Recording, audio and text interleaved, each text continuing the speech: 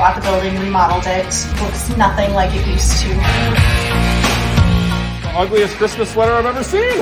Me too.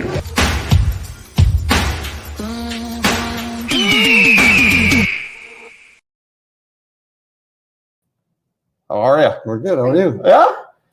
We're at 88 today, and I don't want to say downtown Northwood, but close enough. I mean, how big is Northwood, by the way? About 1,000? No. 2,500 anyway. Yeah, It's that big? At least, yeah, maybe a little more. Jeez, I gotta get this stuff right. Well, thank you for having us back.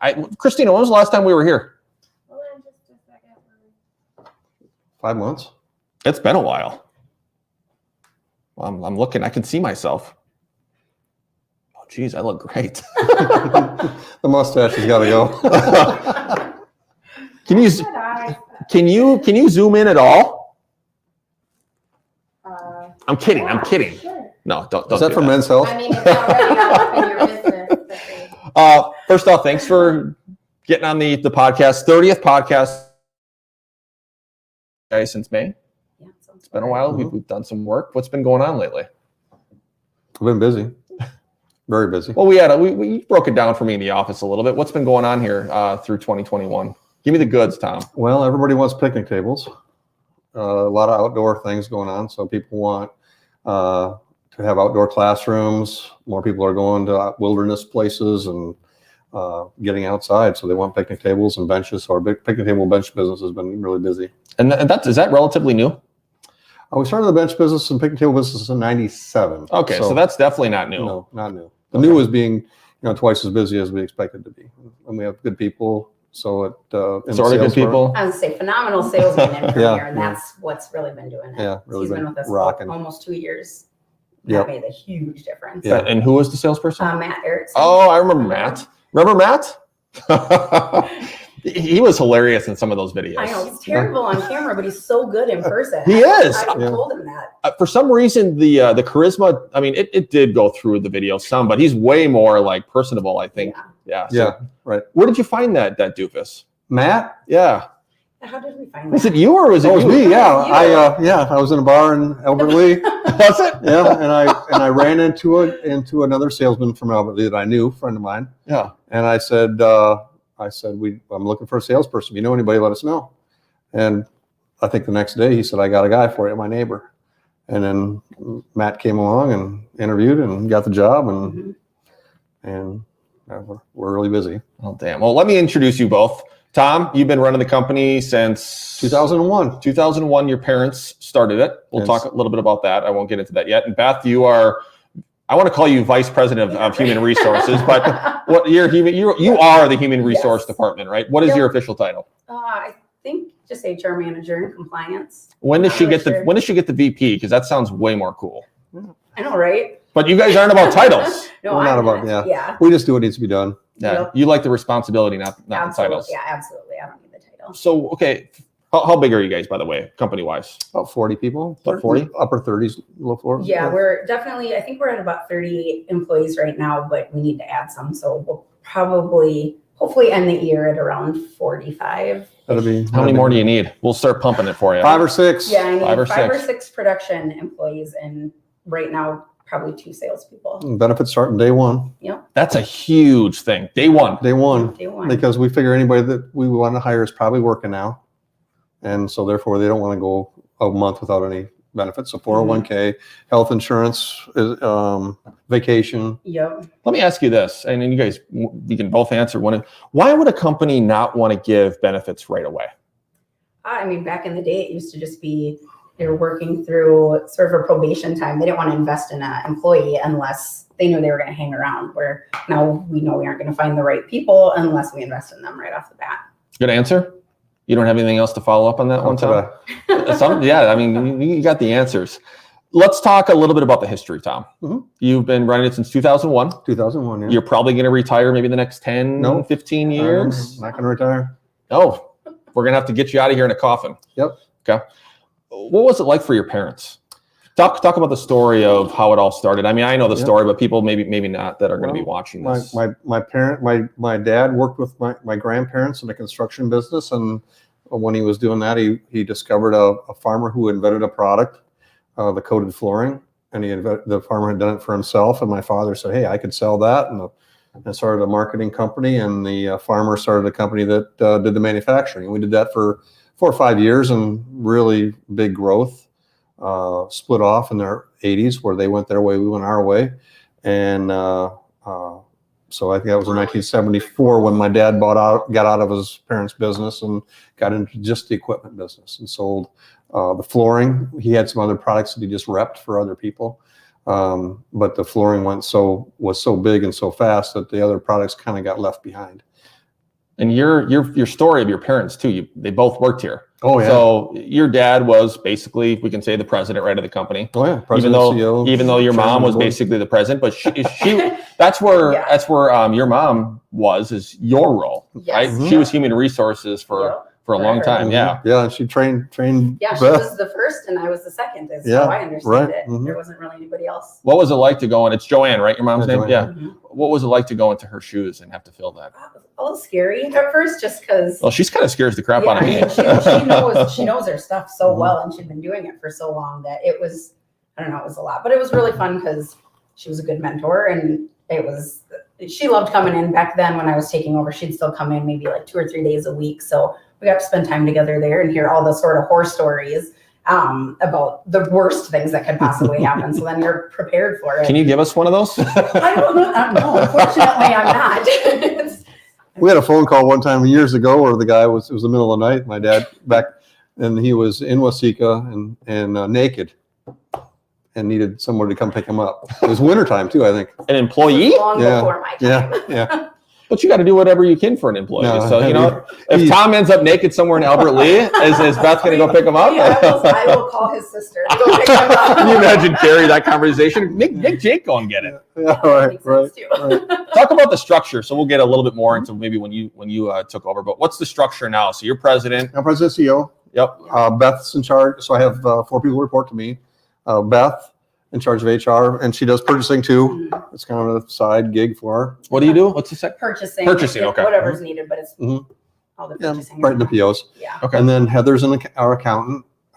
Jake is our ops manager, and then Matt is in charge of the sales for Premier Polysteel, and will be moving into the role of in charge of the racks sales as well. So he's done pretty well for himself that he moved up quickly. Mm-hmm. He's got to be doing something right if he's selling the hell out of the product. And he's got a lot of sales and sales management experience. So really, he didn't come in. This wasn't his first gig. Talk about what Jake does. Jake is operations manager. And so he basically makes sure operations in a factory like this is everything. All the assets. He's in charge of all the capital assets we have. So the maintenance guy, along with purchasing equipment. Hiring and getting people to fill the roles, making sure that the lead times were within our lead times and that stuff is done within our cost parameters. So that we're making money. How many people are reporting to Jake? Just about all of them. Yeah, right now it's the majority of the company reports to him. Yeah. But we're switching that over with our 2 shifts now. He'll have a team under him, so he'll have about 5 direct reports, and then everybody else will be under one of them by the time it's done. I would say that makes it a little bit easier, so he doesn't have to have his cell phone on for every single employee. Yeah, we don't want to have a tree that's 47 levels of different ways. We want to make sure everybody feels that they're part of the company, so we only have 4 levels, but it gets kind of hard when you're Jake and have 2 shifts and in charge of both and all the people in them. So we have a night working lead and a day working lead that'll report to Jake, along with a quality guy and a maintenance guy. And sort of like a material handler. Yeah. What's it like to work for Tom? Amazing. It's my favorite job I've ever had. That's the biggest bullshit answer. What's it? Not ask anybody. What's it really? I mean, okay, so let's say when is your busiest time of the year? I mean, it's probably very unpredictable, but what's the busiest? I mean, it's got to be spring. I feel like it used to be spring, but now, I mean, with COVID, I don't think we slowed down ever. I mean, like Tom was saying, with the need for the outdoor furniture and all of that, it blew up. And because we have the 3 different businesses and we're selling everywhere, there isn't really like a slow time for the furniture anymore because there's warm states and people want that. Well, that's where your parents started everything, right? In Georgia or no here. Well, here, I mean, but Minnesota. there's a lot of transportation that went back and forth, and there was a Georgia in there somewhere. So at one time we had warehouses, a warehouse in Georgia and a warehouse in. I'd never heard that. Really? I didn't know we had. Yeah, I never was that. We had a warehouse in Georgia, and we owned some property there, and we owned some property, I think, in Arizona. I don't remember. Yeah, I can't. I was remember in junior high or something. It just came up in the story. I know from Yeah. your mom and dad. I Oh, think. Yeah. Okay, so 2001, you took over. Mhm. What was the transition like from when your dad left to? Slow, I'm sure he didn't leave. he didn't leave. No, So he named you president, but he still is. I mean, he's chairman comes of the board. around. Yeah, so he comes around every once. But in a he while. was here every day. Yeah, he was here this morning, but he was here all the time. So there were still people when I was president and CEO that wouldn't really report to me anyway. They would report to my dad. They always would ask my dad for time off, or they would, But in my think is that leadership is something you earn. It's not something that's given to you, and that was kind of my lesson there. Was that I just didn't fight it. If they wanted to report to my dad, it was because they didn't. You're probably young back then, right? 20, so you're probably 30s. Yeah, you were in your 30s. Yeah, it takes some time. Yeah, and I can understand. So I worked hard, and eventually they started reporting to me. Or you worked hard and they just lost their job. No, I didn't care. Some of them were still here. Quite honestly, my dad's a lot smarter than I am. So Yeah. if they were asking him questions, it's probably because I didn't know the answers. So why does he still come in? He doesn't want to retire either. He wants to be part of it. I mean, I think I learned when they did the Blue Zone thing in Albert Lee, the two most dangerous years of your life are the year you're born and the year you retire. If you live through those 2 years, you can live a lot longer. So he didn't really want to retire. That's why I don't want to retire. I just want to keep doing what I want to do. What's your mom do? Does she come out here and hang out once in a while? Yell at Beth? Not so much. With COVID, she doesn't. Yeah. But I'll call her. We talk on the phone. Yeah, she likes to. They have a 1 or 2 days a year where they try to get together and go out for lunch and kind of a girls' day. For dessert. So Yeah. Fill her in on all the. Yeah, she asks everything that's happening. And she asks. We can still have her around to ask her some tough questions when it comes to HR stuff. Not a lot she hasn't seen. Okay, the 3 companies. So 2 of those started under your belt, if you want to say. You're in 97. Your time? No, Premier Polysteel was 97. I mean, I was probably part of why we got it. Premier Polysteel was a playground company when it first came here. We plastic coated some parts for a playground company that was called Premier Polysteel Playgrounds. And it was after, right. It's a lot of P's. Yeah, a lot of P's. And we had ADA Enterprises, and ADA Enterprises made pig flooring and did custom work like coating other people's playgrounds. Yeah. And we knew we wanted to get out of the pig business because it really was so up and down. And Premier Polysteel, and we couldn't use the words ADA anymore because the Americans with Disabilities Act. Everyone in the pig table business has a ADA table. Mm-hmm. Well, it would be really confusing if we were ADA selling ADA tables that weren't ADA. So we bought Premier Polysteel because it had customers already, dealers that called on towns and sold commercial play systems. Well, the customers are really the same. So we bought the playground company because we had the customers. And then 2 years of making playgrounds, and it was fun 2 years. It really was fun. Yeah. You'd be a kid again, and you're designing playgrounds, and we learned I was a certified playground safety inspector, so I learned about the safety zones. You put that on your resume? Not I that did. You ever needed one? I did. Well, no. Hopefully you don't need one anytime soon. Otherwise, Beth will need one too. I know, right?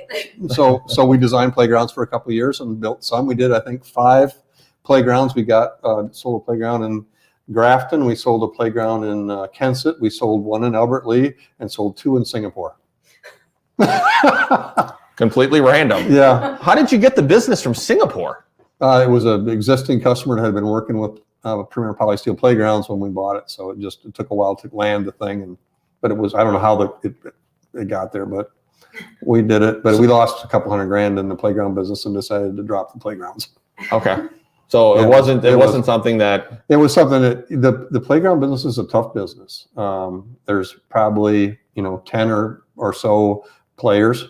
And to get in there, you got to have deep pockets and a lot of patience, because if you can think about how long it takes to sell a playground, you advertise it, and then the PTA is interested, and then they have a fundraiser, and by the time you make the sale and get the money, it can be a year or 2.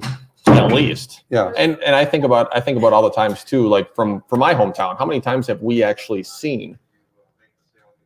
Oh, isn't that crazy? So that happens. That happens in news sometimes when you go live and you have your IFB in your ear. It's called feedback, and sometimes it's like 3, 4, 5 seconds that you can hear yourself talking, and it's just like, you better stay focused. Yeah. So, hey, what's going on over there? Fired.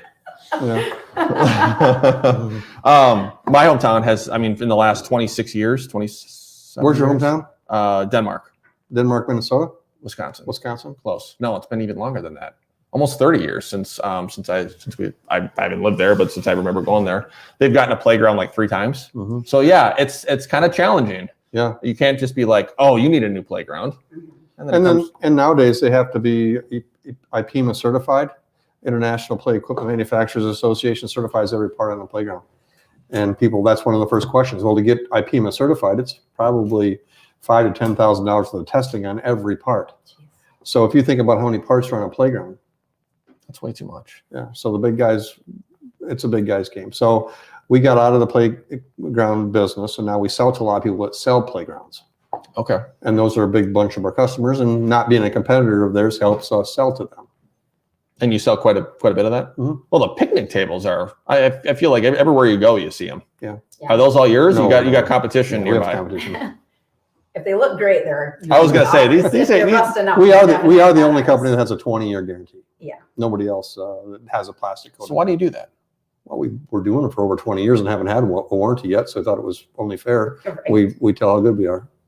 You guys are doing all right. And they're not. You know, they're an investment, but we say that as long as you have, imagine how long it takes to pay for them, but you'll have yours a lot longer than you would a wood one. That's very true. But you're gonna have 6 wood ones by the time 20 years is up. And they're kind of comfortable. I like sitting on them. It's not any, I think it's more comfortable than a wood one. Right. Recruitment. You guys all around the country, people are dealing with, how do I get employees? We have to do this and we have to do that. I do like the fact that you guys give benefits first day. Yep. That's huge. Competitive salaries are big. Yeah. But what if another company just like you guys are doing the same thing? You know, how are you trying to bring in people? I mean, for me, it's just mostly word of mouth around here. I mean, we're a small community, really, even though we're way bigger than you thought we were. I don't know where the 1,000 came from. We, I mean, for crying out loud, you got a Subway here, so. right. And a casino. And a casino. Hello. Which way is it? That way? It's gotta be that way, right? Oh yeah, it is that way.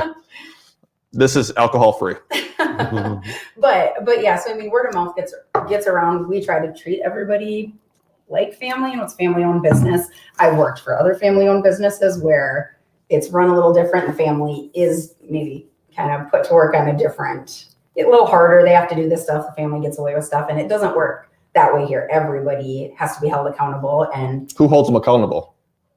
everybody. I mean, Everybody. Tom holds his family accountable, but he also lets me hold them accountable. So I mean, if it took a long time, getting comfortable with it, but if I have to talk to, his sister or his nephew or his brother-in-law about something, it's work, and then we say there's an issue here or move on, and then we can all have lunch again together later, and it's fine. Yeah. How do you sell your company to people? You want someone good. You're trying to get me to work for you. And I'm like, you know what? I got it. It's all good. Like I'm doing real well. But Tom's like, you know what, Nelson? We need you. How are you going to sell? Everybody in this company gets a piece of the action. So if you're a salesperson, you get a commission that has no cap. As many things as you can sell, we'll give you the same commission, as well as a competitive salary. Mm-hmm. And everybody else that isn't a salesperson gets a percentage of the profit. And we share our books fairly open with. If anybody had a question about our finances or our books that works here, have an open book for them. I'll let them know. And that is huge, actually, because I mean, a lot of people are trying to hide some of that stuff. Well, when we first started doing it, when I first became president in 2001, that was one of the first things I did, and I was really scared. I mean, people were gonna, because there was, in my opinion, there was 2 groups of people. People thought I was loaded, or people thought I was broke. And in reality, you're always somewhere in the middle. Which one is it? I'm in the middle. Yeah. And now everybody here knows. Yeah. And they're, And now we're all in the and- middle. yeah. Nobody here is right. broke, and nobody's loaded. Right. And I think it takes away some people's risk. They don't want to work someplace that's not going to be in business next year. So they want to make, they need to know you're making money, and they don't want to work somewhere that they're just a peon and make the boss rich. They want to be somewhere where they get a cut. A cut of it as well. Yeah. For you guys, okay, you open the books up Mhm. and say you're having some really good years. And this is a private question, but speak on it. What do you guys want to do with the profits? Like, how are you growing? I was like, I feel like you should talk about that because. Well, we invest in our people and new products and a new addition. We doubled the size here 5 years ago. We added an addition. We're already talking about the next edition. Probably do it again. Maybe some land acquisition. Just keep doing it. Keep growing.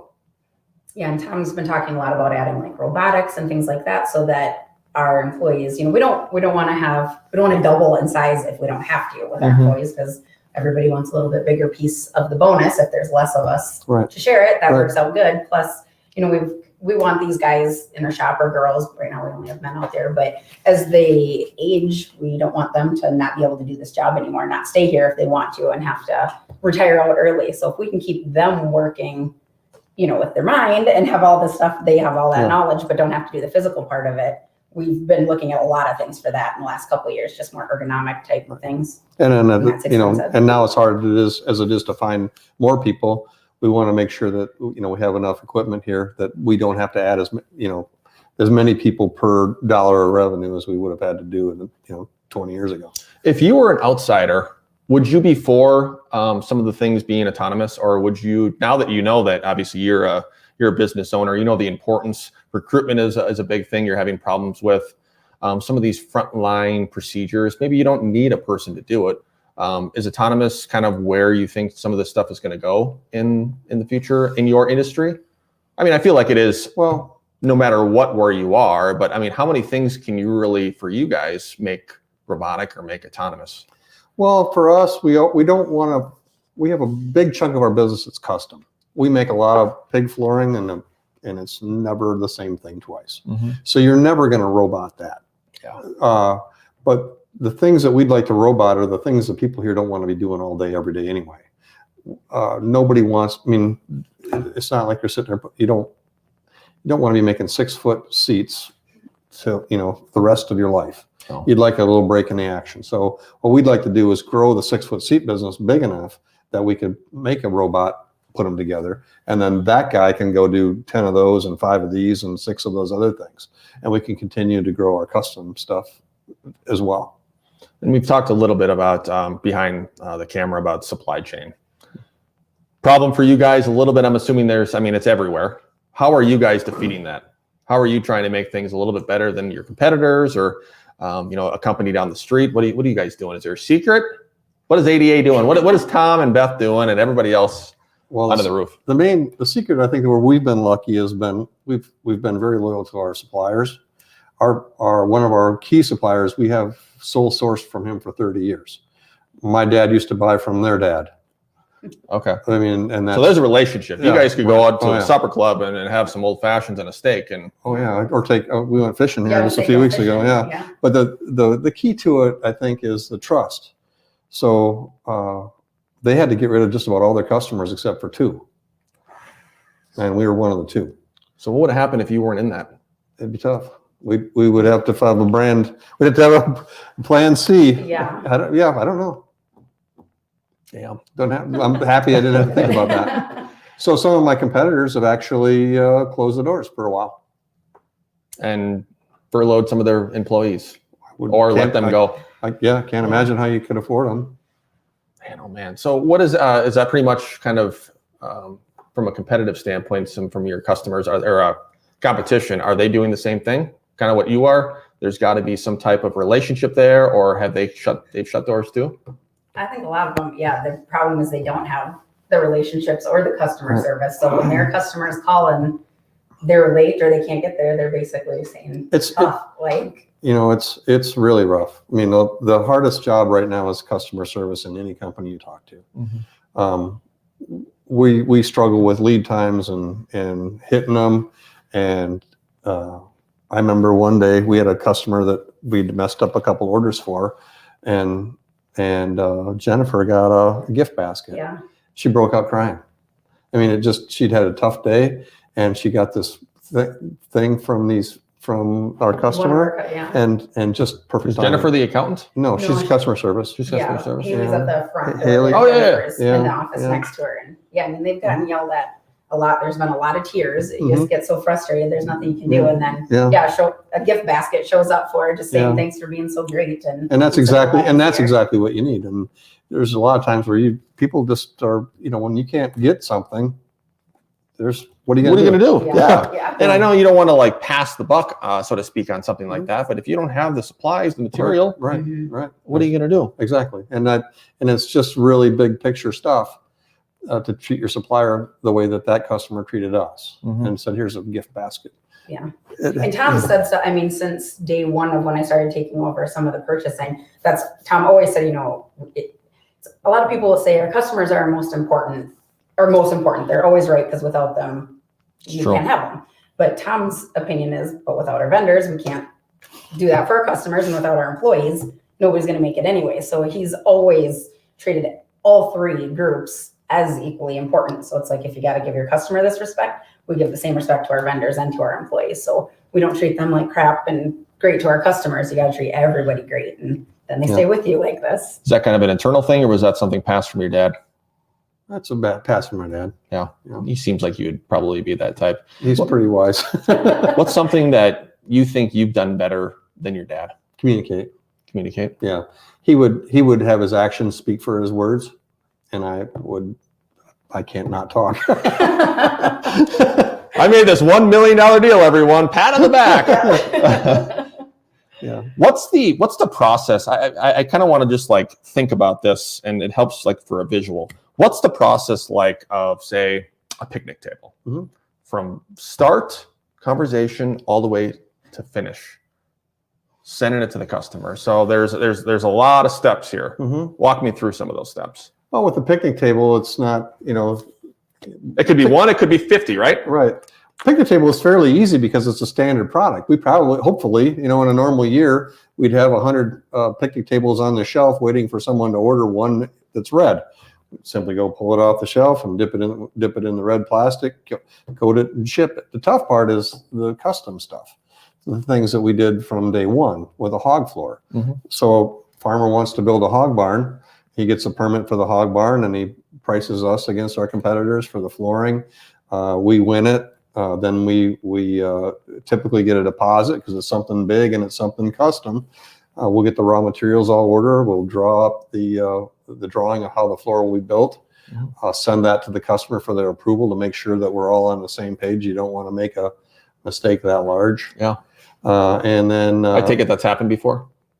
Yeah, it can happen. I always feel like there's a process in there. It's like, hey, we've learned from that step. There's also, that's also been a really defining moment with your customer relations. If it gets all the way to the end user and it's wrong, how that's handled.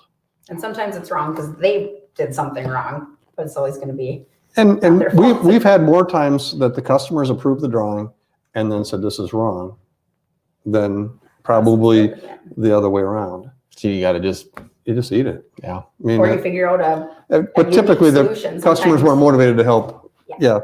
One of my favorite mess ups from all time was when we first got into the picnic table business. We sold, I think it was 18 or 20 picnic tables to Greenville, South Carolina, or someplace like that, through a dealer in Atlanta. So a dealer in Atlanta bought these tables, paid for them. We shipped them to South Carolina. Somewhere, yeah. And then and then I get a call about 3-4 weeks later. We got these tables and we don't want them, but we want to return them. Well, I go, well, tell me about it and what happened. And they said, well, we put them together. We put them in some company's lunchroom. So another company. So this is the 3 companies. I put it in their lunchroom, and the lunchroom said, we don't want these. Take them back. Well, they were already put together. They'd been taken off the pallet. So the person, to get them back to us and to get any money back, they'd had to put them back together, ship them to us in good enough condition for us to sell them to someone else. And I was sitting there going, thinking the odds of this are about zero. That's not happening. So I said, I kind of freaked out a little bit. And I said, just give me a little bit. It was like 11 o'clock. I said, I'll call you after lunch. And this was a brand new dealer of ours in Marietta or Atlanta, Georgia. And so about lunchtime, I start Googling this town, and I call up their director of Park and Rec, and he answered the phone. And I said, well, I got these tables, and they're in your town. They're all put together. I'll sell them to you for this many dollars. And just go over to this address and look at them. He goes, well, our town, we're a big lumber town, and if a lumber town, you really don't want to get away from wooden picnic tables, but I'll go check them out. He goes, checks them out, and he says, yeah, I'll take them. I said, well, don't write me the check because they aren't my tables. They belong to my dealer in Atlanta. So I hung up the phone, called my dealer in Atlanta. And he goes, Tom, that's more money than we sold them to that company for. And they're still a customer today. And that's been 20 years ago. Wow. Yeah. So what made you think of calling? Why did you call them? I didn't have enough money to buy the tables back. I had to think of something. That didn't work. What were you going to do? I would probably call somebody else. It did work. I never had to go there. Now plan B, 'cause- Someone had to have wanted to buy those. I mean, they were in great shape, right? And they're put together. I mean, it really, just putting them together, that's an hour's worth of work putting them together sometimes, depending on what they are. And Holy crap. yeah. I'd have been pooping myself. Well, it was stressful because I didn't want to not take them back, but they weren't going to come back to me in a condition that I could give the guy all of his money back anyway. And you would have lost a customer that way. Yeah, Now it's a hilarious story. Yeah. Yeah. It was, and it's one of those stories you can tell and you laugh about when you talk to that customer and remember when, and oh yeah. Yep. All right, Beth, we asked about what it was like to work for Tom. What's it like to work with the rest of his family? Good. I mean, they're a great family. You can be honest. In that case, There's got to be some difficulties, it was right? uncomfortable at first just because, when I'm learning HR, because the way that this family is they find things that you're good at and then they just kind of help push you into doing it. Because you started off as an administrative assistant? Basically as a receptionist. Yeah. I entered some quotes and orders, but mostly just did paperwork type stuff and data entry and answered the phones and showed, truck drivers where to go load and things like that. And it was funny because for the first year I was here, at least it took me at least that long to find my voice and to actually say what I thought about things. I was a totally different person when I started working here. But Tom and Al and Joanne, especially, finding that they're just different in the sense of when you have an idea and you say something, I'm the receptionist, I'm this peon, I don't know anything. So when they have an idea about something and you're like, I think this could be better like this, it took a long time to say it. And then when you finally do it, and they're like, oh, that's a great idea. And they actually listen to you. I'd worked for companies where the president and CEO was the president and CEO, and he didn't answer the phones and he didn't do this stuff where Tom did. He'd take every phone call. He looks through every piece of mail. I mean, he doesn't, outsource those things to us. So if somebody calls and wants to talk to him, they talk to him. And so then when I'd start saying things that I thought could maybe help or to do this, little things, they just kind of start, everybody's like, oh, that was a great idea. And they're all so nice. And so it was great. And, like I was saying, for the first year, I was terrified. Anytime Tom would call me, I loved working here so much. Like day one. Please don't fire me. I know. And that's what it was. Anytime he'd call me and say, can you come up to my office and talk to me? I was like, this is it. It's like my bubble's going to burst, That's got to be hilarious hearing that, right? Because now it's like she tries to control you, right? Or she does. Not try. I'm not going to It just happens. I'm not going to comment. but and then I told him that one day and it was so, I was like, I think he called me up to give me a raise and maybe a different job, some more responsibility. And I think I kind of started crying a little bit. And I'm like, I thought I was going to get fired. And so we talked about that. And then for months, he never called me up to his office. He'd always come downstairs to talk to me to make sure I was comfortable. You are way too nice. I would still be calling in that real, straight voice. Christina knows, just like, hey, can you come to my office on a Monday morning at 10 o'clock? That's why I work for Tom and I. Yeah. We need to talk. Yeah. It's like when your mom calls you and you're, I'm 40 years old now. When my mom texts me, can you call me when you have a minute? I'm like, what's wrong? Like, yeah, what did I do? Well, it's not even what I do. I think of like, okay, who's dead? Right, yeah. Yeah, I never think that. That's probably just, who I am. Got about 5 minutes? Yeah. What's the future hold for you guys? Growth. We're adding some salespeople to the other divisions and getting, we want to grow outside of where we are, get outside of our comfort zone again, and especially with racks and with our ag stuff, sell stuff that other people make. Maybe acquire some more businesses. Racks was an acquisition in 2010. Premier Polysteel was an acquisition in 97. We're due something. Anything festering up? I mean, there's probably some businesses trying to, hey, come and buy me. One of the things that's nice is we have a pretty detailed plan of how we proceed if something were to happen to me. There's a lot of companies that hadn't thought that, so they're looking for a way out. And that's how we got into what we're doing now, is helping people with a way out. What about you? I'm staying here, growing. There's got to be some things that you're thinking about, though. Yeah, I don't know specifically. I like what I'm doing. It changes. One of my favorite things about this company and where I'm going is my next, my end game. I don't know what that's going to be because I don't think it exists here yet. That's so true. Yeah. So I don't know what I want, but I know we'll figure it out as we're coming along. And every year it's a little bit different and better. How do you think things will change once Tom goes and whomever takes over?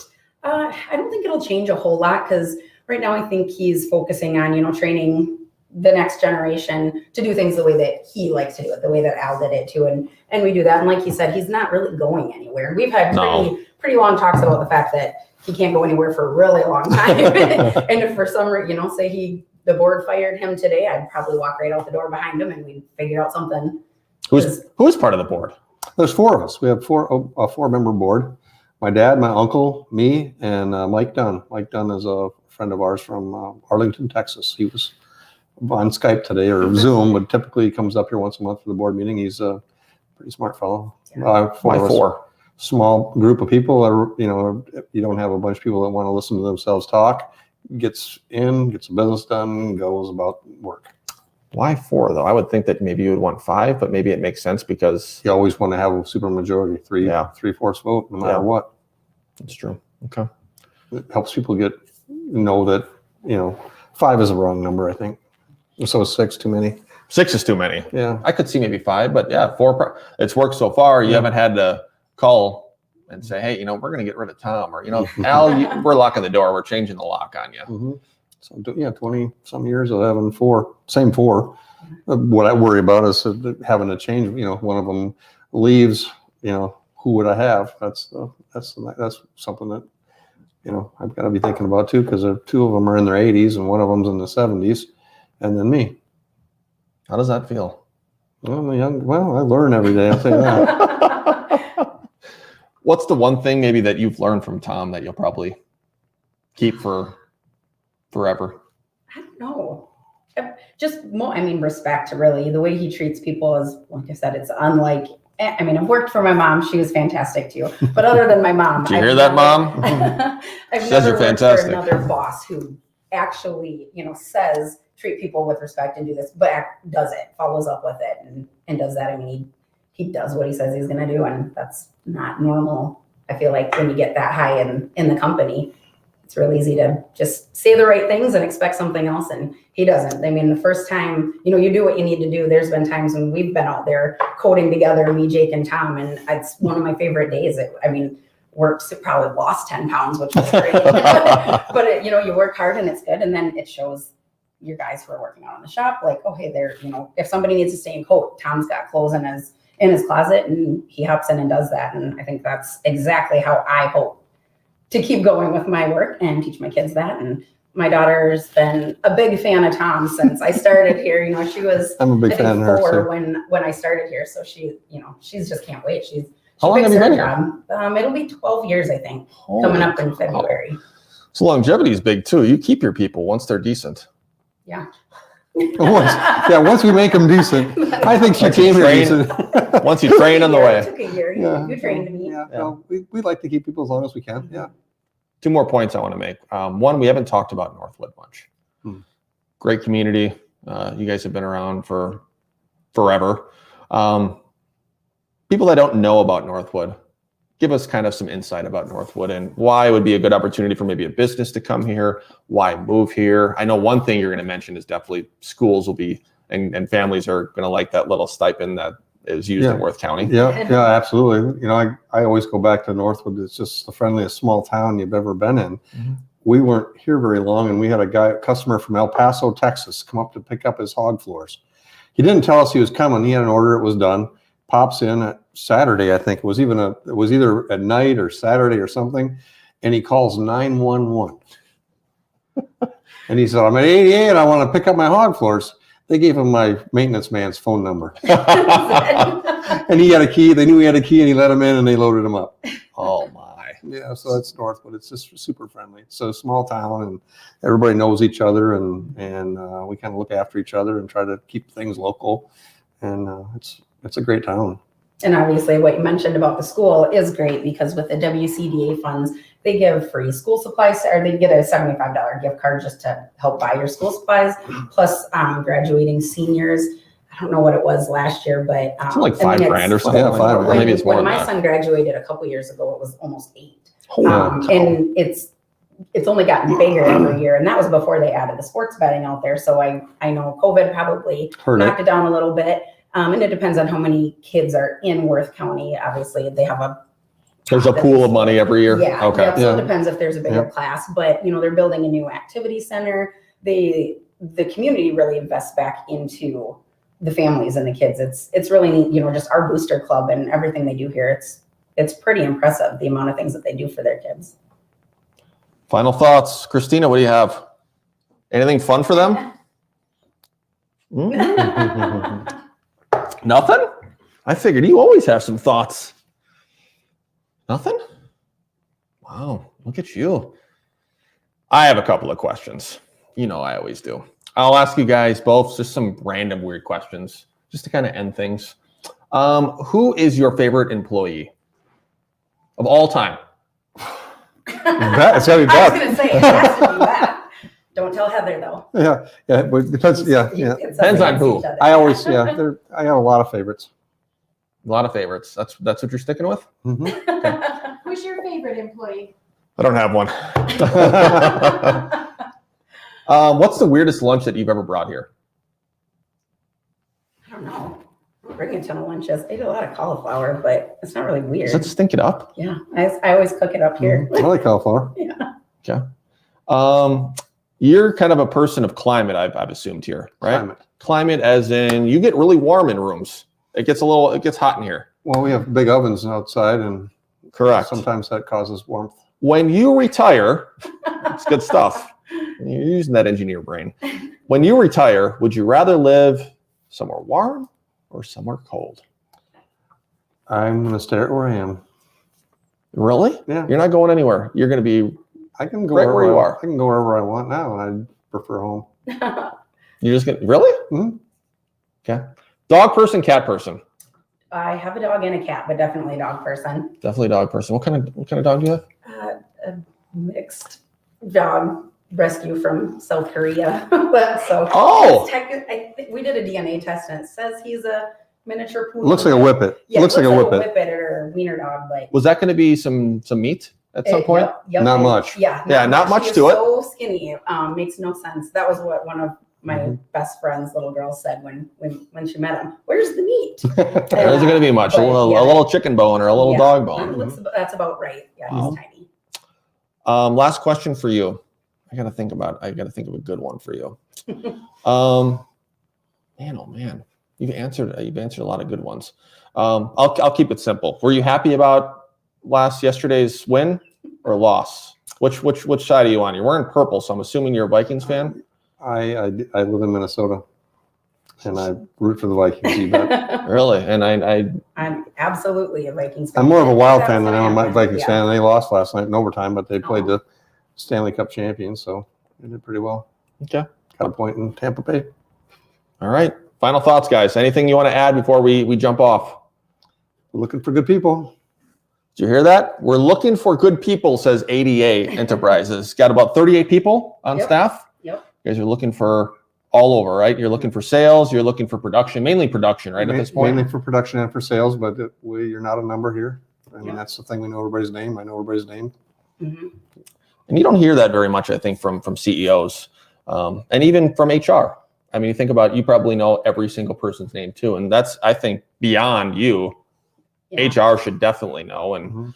yeah, you don't see that in a company that's 40 plus. It's like, Doug, gee. Yeah. All right, guys. We'll see you soon. Happy Thanksgiving. What are you guys doing for Thanksgiving? My in-laws are still staying with me, so we'll be Oh, with them for geez. that, and then down to my parents in Emmons. Okay. You My making house, something? my house, and my sister's house. I was going to say your house is like perfect for kitchen and for entertaining. Are you the cook or are you the eater? I cook the turkeys. Yeah. You seem like you would be, doesn't he? Yeah. I made bacon for you the other day. Well, it wasn't 5 the months other ago. day, Yeah, it was like the 5 other months day. ago. Did we even eat any of the bacon? I did. Yeah, I know you did. All right. Thanks, guys. Take care. Yep.